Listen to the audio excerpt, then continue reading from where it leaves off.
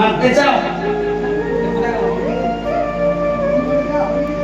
হ্যাঁ মা, হরিনামে মেতেছ। হরিনামে মাতলে কি হয় গো? এই জীবের পরম আত্মাটা পরম শান্তি পায়। কেন?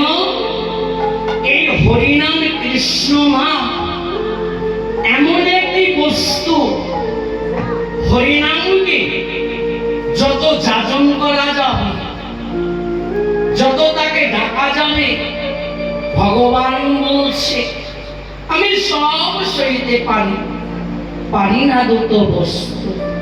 কি জানো? এক হচ্ছে ভক্তের অহংকার, আর ভক্তের নয়নের ইচ্ছা। একবারে যদি নয়ন জলে বিগলিত করে